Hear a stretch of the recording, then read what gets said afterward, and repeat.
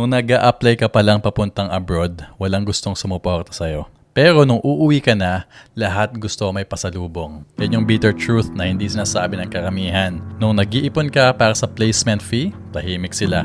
Nung naglalakad ka ng requirements, medical, police clearance, IELTS, kung ano-ano pa, ikaw lang. Nung gabi-gabi na kinakabahan ka kung ma-approve ba, kung matutuloy ba, ikaw lang din. Tapos nung nakaalis ka na, nung nakita nila na may chance ka na, biglang dumami yung proud kami sa'yo. Biglang dumami yung ingat ka palagi. Biglang dumami yung uwi ka ha.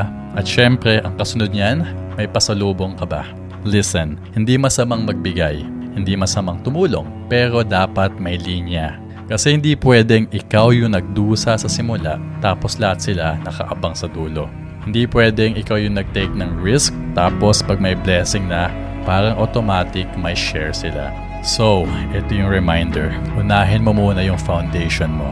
Unahin mo muna yung sarili mong stability. Unahin mo muna yung pamilya mo na tunay na sumuporta sa'yo nung wala ka pang may pagmamalaki. Kung magbibigay ka, give from overflow.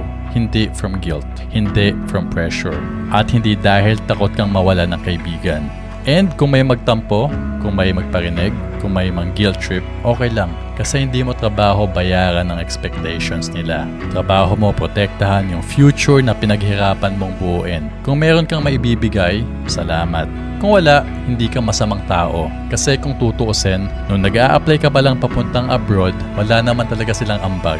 So, ngayon, huwag mong hayaan na sila pa yung may pinakamalakas na demand.